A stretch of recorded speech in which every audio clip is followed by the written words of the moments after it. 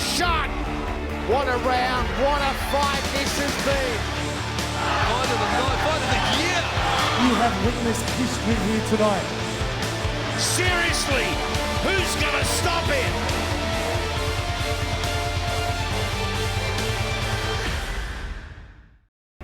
Welcome to the big time. Welcome to Hammer Time, where we circle the globe for the very best in world kickboxing. Mark Castanini joining me again.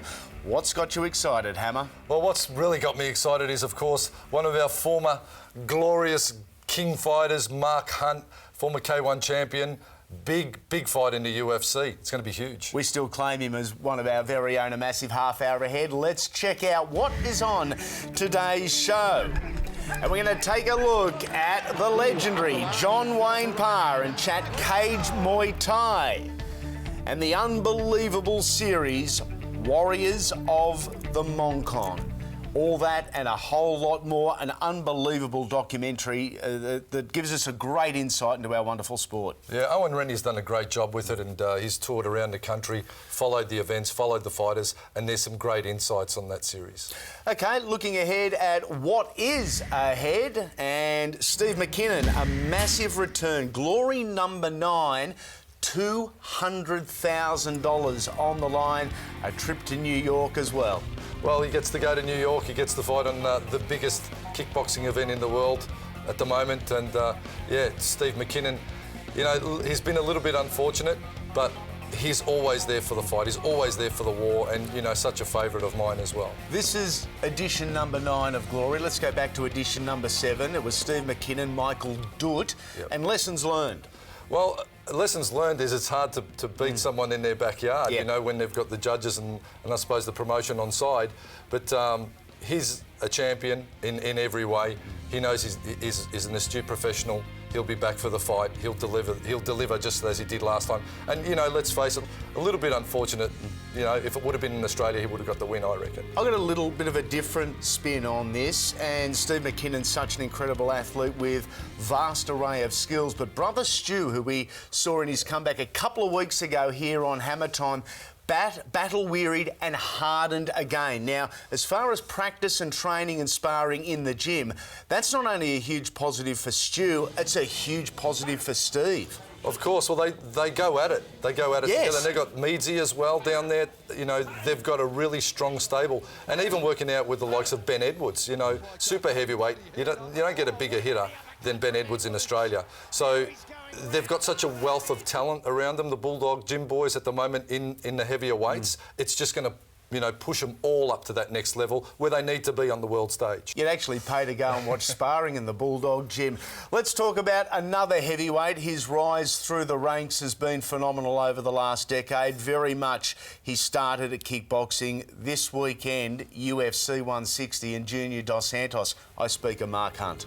Well, as I mentioned earlier, Mark Hunt, what an inspiration. You know, really, no one gave him a chance when he started kickboxing. He was discovered basically by a nightclub bouncer that saw him out on the street taking care of business. Someone had a crack at him and said, mate, do you want to try your hand at this? And he did. And from being basically unfit, unschooled, he rose to the absolute top of kickboxing and being the K1 champion. And now he's duplicated that in the UFC. It doesn't get bigger than that. The accolades, the respect. Mark Hunt is such a humble man, you know, and I find it hard to think of anyone who deserves it more in the UFC than Mark Hunt. Great line in UFC circles. When does a Mark Hunt fight stop? When Mark Hunt says it stops. Unbelievable power. Unbelievable. You know, they say he's got sleeping pills in both his hands and he's disposed of so many opponents with those big bombing hands. A very unassuming fighter, but when you're on the end of one of those punches with those little gloves, you might as well get hit by a car or a truck or a bus. Hammer, we're both regular visitors to Thailand, but for very different reasons. You go over and train. Our look at Warriors of the Mongkong. It's something that touches home very much to you. Well, I think, as I said, the series has been put together so well. A lot of the viewers and, you know, a lot of people will only at the shows only see the glorious side of fighting. You know, there's two people in every fight.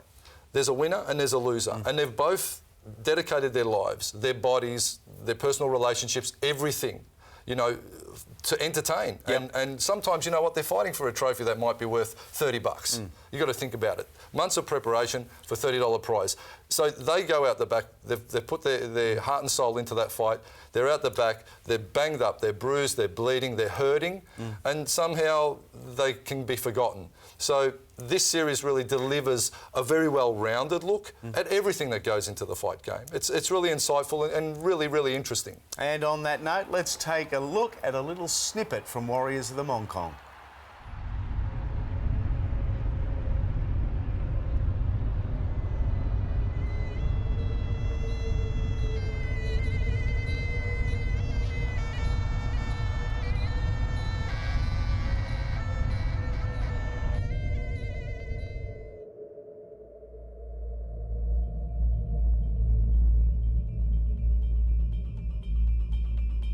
He fights like he's fighting for his life every time he steps in the ring.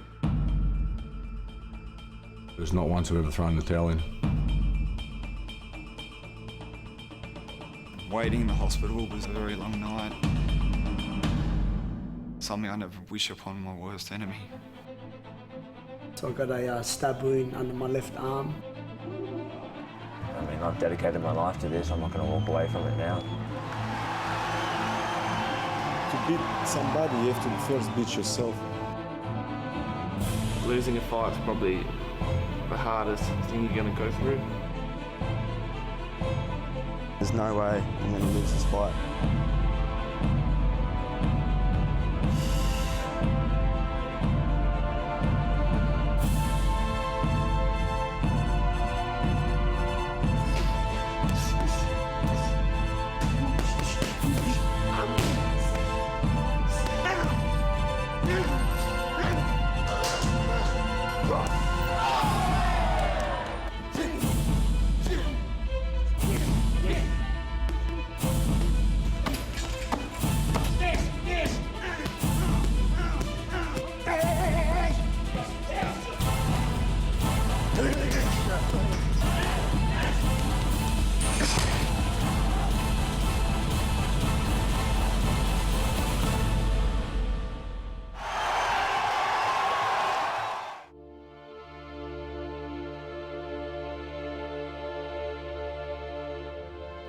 Unfortunately, everyone has to come to a time when they realise they're not a spring chicken anymore.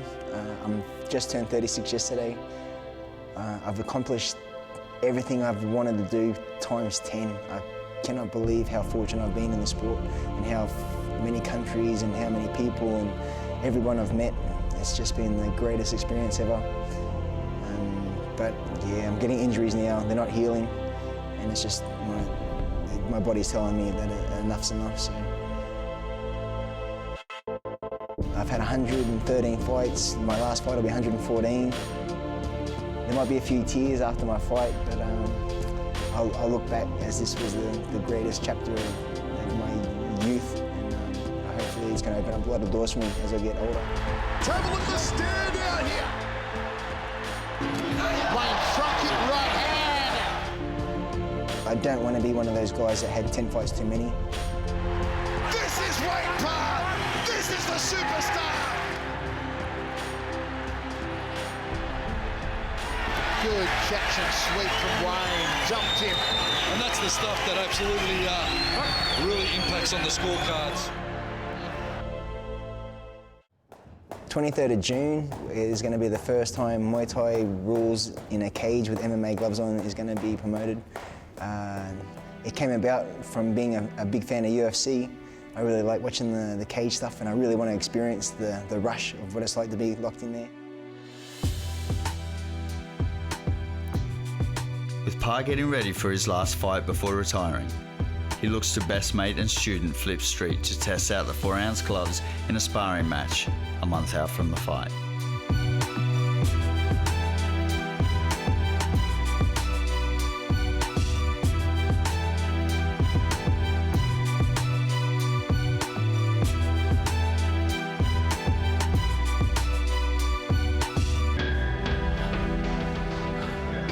MMA gloves are fun. Oh, Hip, you're a freak.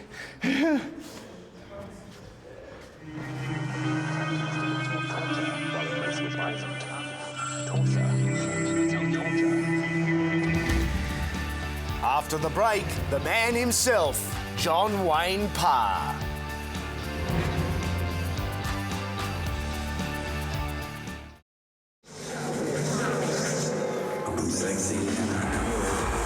Oh, JWP!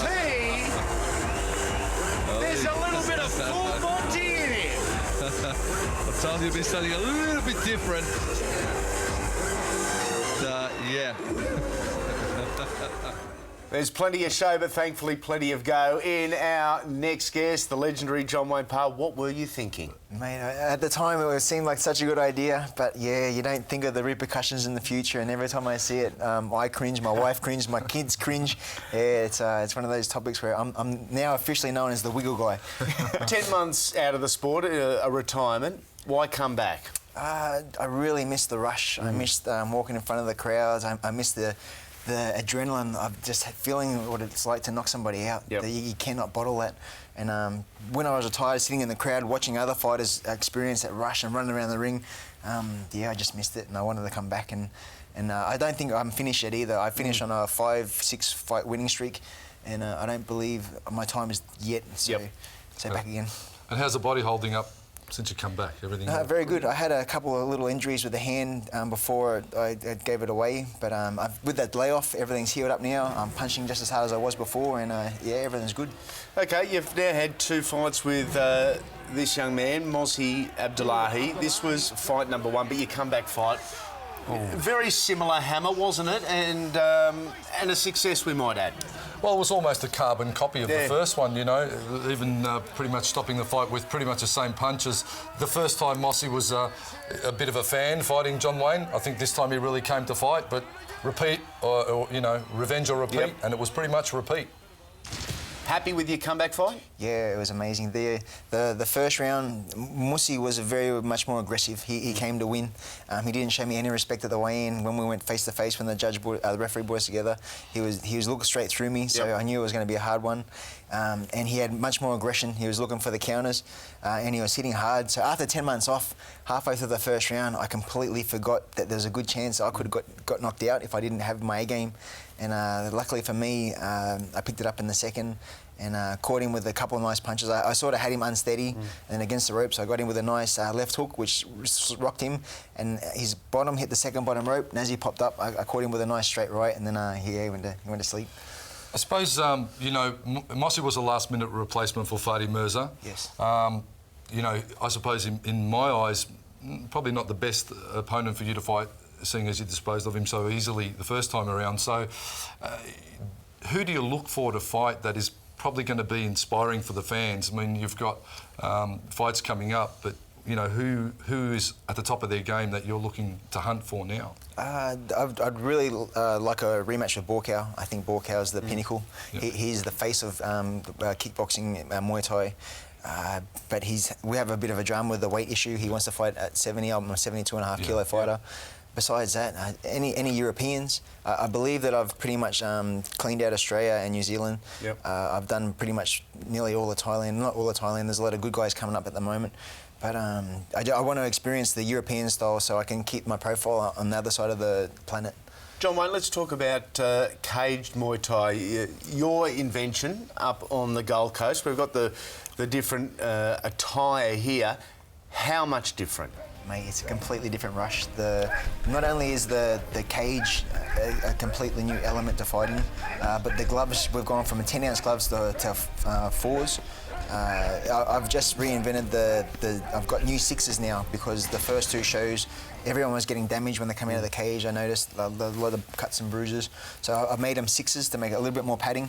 And being such a big fan of the MMA and the UFC, it's hard being a fighter to see these guys fight every weekend, and then for me to fight in big gloves, I just feel like I don't feel as hard. I feel like I feel like I can be just as tough and just as much of a warrior as the UFC guys can be. And the only way to prove that is to fight in the same gloves and have the same fighting venue in the cage. Well, looking at the gloves here, obviously the traditional glove there, you'll see the padding. It protects the knuckles, whereas these gloves here, and we've spoken about this in the past, your knuckles are exposed. So your knuckles are sticking out the end or the front part of your hand. So when you're striking, you actually have to turn your hand. So it's almost retraining your striking, isn't it, when you fight with these things? It's a completely new avenue because even training, I punch the pads with the big gloves on every day, and you never miss. You can almost close your eyes and hit the pad solid. But with these ones, every punch, you almost have to be laser guided to hit the pad exactly in the same spot every time. You feel like a beginner again once you put these on. This is the Jordan Tai fight we're looking at, John Wayne Parr, and a different experience, but still the opportunity to show your skill set, but it's a different skill set inside a cage. It's so much more scary with the little gloves on. It hurts so much more. So you had to work on your footwork because you didn't want to stand in the pocket to get hit. You can't just cover up, take a few, then give some back. And then, even though I won the fight, I couldn't touch the top of my head for 5 days. So the gloves definitely get your attention. Hammer, as a trainer, how different would you be looking at training an athlete from one to the other? Yeah, it's totally different, Andy. We've played around with those gloves, and it's the striking, really. Yep. And the body shots just hurt a lot more, even those rips. But even when you're hooking, if you hook traditionally, you sort of can lead out with your knuckles, and the gloves do allow for that. But with these smaller mitts, you have to actually turn your hand over. So it looks like it's bad form when you watch it on telly, but it's actually the way that the guys have to punch to protect their hands, and the guard's a lot different too, as JW said. Well, no doubt John Wayne Parr is the main event and the headline act, but the next generation is certainly coming through in regards to cage Muay Thai. Let's take a look at one of the undercard battles featuring the next generation and featuring the Tomahawk, Mikey Thompson. We've seen Michael Thompson mature as a young man and as an elite athlete. Tonight it goes to a whole new level. I suppose from the early days, I've always had big raps on the Tomahawk, but tonight he's coming into this fight a huge underdog in a lot of people's minds. Ponsanana, Thai legend. Two-time Lumpini champion. Oh, beautiful uppercut. Have a look at that, Andy Raymond, into the knee transition. Transition was perfect. There's the right uppercut again. And 22-year-old Michael Thompson, he's lifted his game. What an explosion from the Brisbane boy. Oh, again with that uppercut into the knee. Thompson putting it all together so well, and every shot that lands is going to help the Aussie grow in confidence. What a night it has been so far, and no signs of it slowing down here. And he gets a count, Ponsanan. Massive result for Michael Thompson. Outside thigh kick, triples it up, then changes levels, changes discipline, goes with the hands and elbow. And it's Michael Thompson rallying in this round. He can feel it, he can smell it. The victory is only perhaps moments away. Oh, Thompson wears a big right hand from Ponsanai. A big right hand from the Thai. As fatigue is setting in, so too the pain for the Aussie. Yeah, beautiful push kick from the Thai. He's finishing hard and strong, keeping the work rate up. He's got accustomed to those little gloves now, perhaps, Andy Raymond, and letting him fly. Yeah, he's changed things up a little bit as Ponsanai still wears a couple of shots there from Thompson. Big punch. Big punch in the middle of a great exchange. Down to the body goes again. Ponsanai pushes back Thompson, measuring the distance. Short left, into the elbows. What a minute, what a round, what a fight this has been. Our main event capping off an absolute cracker here on the Gold Coast. Oh, short elbow from Thompson as well. Short elbow was the counter to the big flying knee from the Thai. Just caught the leg, upended the Aussie. Straight back with the pressure. Brad McCarley keeps things civil. And we go to the judges' scorecards. They have come back with a unanimous decision. For Australia and the blue corner, Michael Tomahawk Thompson! Our main event of beauty. Michael Thompson, the Tomahawk, very impressive there. One of the young guns making his presence felt. Well, certainly Michael Tomahawk Thompson, one of the young guns, but Steve Moxon, also one of the young guns, and he's had something to say as well about John Wayne Parr. I don't think it'll happen because I don't think he'll, I don't want to fight him at his weight. It's just he comes in too heavy, too big, and I'm past him anyway. I can move on to the next, I'm the new blood, and I don't have to beat him to prove myself. I can just move on to the world stage. Confidence not an issue for Steve Moxon. Your response, John Wayne Parr? That's fair enough. He's doing great things overseas. He's got so much glory. He's got big opportunities ahead of him. I'm more of a Muay Thai fighter. He likes to prefer the kickboxing / K1. I'm happy to fight him at K1 rules, but I don't know. Hopefully, if I can draw enough attention from the general public and I can sell out a venue, then definitely I'd consider putting it on. But if it's about bums on seats, isn't it? Definitely. And I want to get world recognition too. I want to fight the guys with the big names. I don't want to fight. I don't want to fight guys in Australia anymore. I've done my Australian thing. But if we can generate enough interest, then definitely. And then I also have the cage. But the only thing with the cage is it's full Muay Thai. I don't do any mods. So if you wanted to step up and fight with the elbows and fight with the grappling, then I'm sure I could accommodate. Not the only one that has called out John Wayne Parr. Here's this from trash-talking American Kit Cope. Well, folks, with someone who has had the forums ablaze in the past, Kit Cope, of course, has challenged John Wayne Parr in the past. They used to be former stablemates at Master Toddy's, but I suppose grew to dislike each other to some way. Yeah, quite quickly, actually. Obviously, Wayne is having his retirement fight shortly, so any last words for Wayne for his, I suppose, drawing to close on his career? Dodged a bullet, my friend. You dodged a bullet. You know that last fight was supposed to be mine and yours. Again, for the third time, you went ahead and backed out. Dodged a bullet. Dodged a bullet. I don't think Superman needs to. Your thoughts there, John Wayne? The guy is a compulsive liar. We organised this fight a couple of years ago, and then I had a promoter that was willing to put it on here in Australia. Soon it was time to get things organised. He stopped answering his calls, stopped answering emails.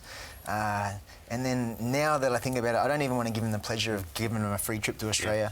It's a nothing fight. The only time that we did train together, we sparred, and I blew him, I smashed him. I destroyed his world, and then he never come back to the gym again. He trained at the opposite gym on the other side of town the whole time I was in town, so he couldn't even face me in the gym sparring, let alone come fight time, so he's kidding himself. So it seems Kit Cope might not be part of the John Wayne Parr story, a story that still has a few chapters left to go.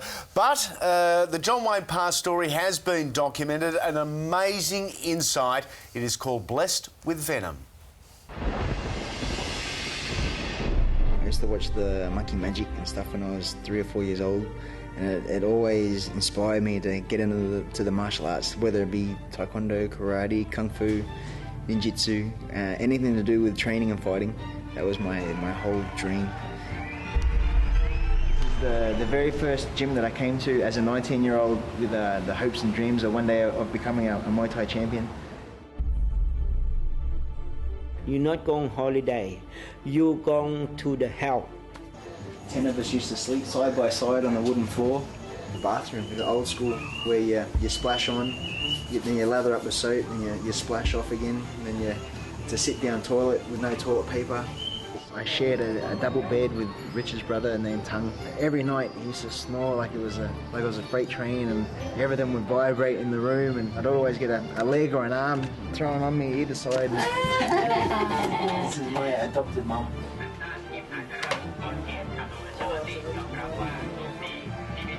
Mom and my boy ตั้งชื่อ John Wayne.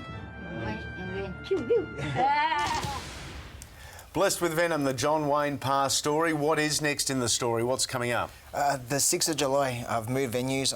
I was at the Gold Coast Sharks, but now I'm moving to the Logan at the Metro. It's a much bigger venue. It holds 2,500 people. We're doing the cage again. I'm got a very credible opponent all the way from Holland in Marco Piqué. He's a multiple world champion. He's well renowned in Europe. And not only is he credible, but it's going to help my brand with the cage going to the European circuit. So. How do you think Marco is going to go with these gloves? Because obviously he's not an MMA fighter. He's credible in that he's fought on the Challenger Series and so forth. But coming off a little bit of a dark side with his career at the moment, so he's looking to redeem himself as well against you. So you're a big scalp if you can do it. Yes, his manager's very excited about the prospect of fighting in the little gloves, the whole cage aspect, and fighting me too. He's been wanting to fight me for a long time. It's one of those ones that's always sort of going to happen, but it never quite eventuated. So this is the time where we get to throw down, and he's motivated to train. He wants to redeem himself, and what better opportunity than doing 4 ounces. The Bella Sander, we're out of time. John Wayne Parr, we look forward to you joining us again here in the studio. Once again, thank you for having me, guys. It's been an absolute pleasure. Hammer, always a pleasure seeing you, my friend. It's been another big week. We are here every week. Come and join us next Wednesday between the ropes on It's Hammer Time.